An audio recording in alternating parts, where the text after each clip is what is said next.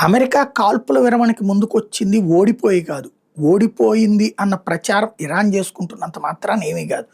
బేసిక్‌గా ఏంటంటే ఇంతకు మించి చేసి ఏం చెయ్యాలి ఇరాన్‌ని అనేది. సుప్రీంనే లేపేశారు. రెండో సుప్రీం ఉన్నాడో లేడో కూడా తెలియనటువంటి పరిస్థితి. అలాగే అక్కడ దాదాపు 25,000 స్పాట్లు సర్వనాశనం చేశారు. వాళ్ళ ఆయుధాగారాలు నాశనం చేశారు. ఎయిర్ బేసులు నాశనం చేశారు. షిప్ యార్డ్స్‌లు నాశనం చేశారు. షిప్స్‌ని నాశనం చేశారు. చేయాల్సింది చాలా చేశారు.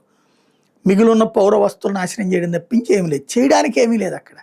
ఎవరిని చంపాలో అర్థం కాదు. పెజెష్కియాన్ని చంపి ఉపయోగం లేదు. ఐఆర్జీసీ వాడు ఎక్కడ ఉన్నాడో తెలియదు. కాబట్టి అక్కడ ఇంకోటి వచ్చే 5-6 నెలల్లో ఎన్నికలు అమెరికాలో జరుగుతాయి, మధ్యంతర ఎన్నికలు.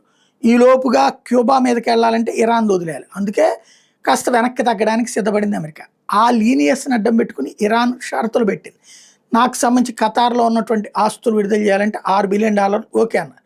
ఇరాన్ ఇప్పుడు ఫిట్టింగ్ పెట్టింది. అదే కాదు, మొత్తం దగ్గరగా ఒక $1,00,000 బిలియన్ సంబంధించినటువంటి ఆస్తులు ఫ్రీజింగ్ చేశారు 40 ఏళ్ల క్రితం. అవన్నీ తిరిగి ఇస్తేనే మేము కాల్పుల విరమణ, లేకపోతే లేదండి.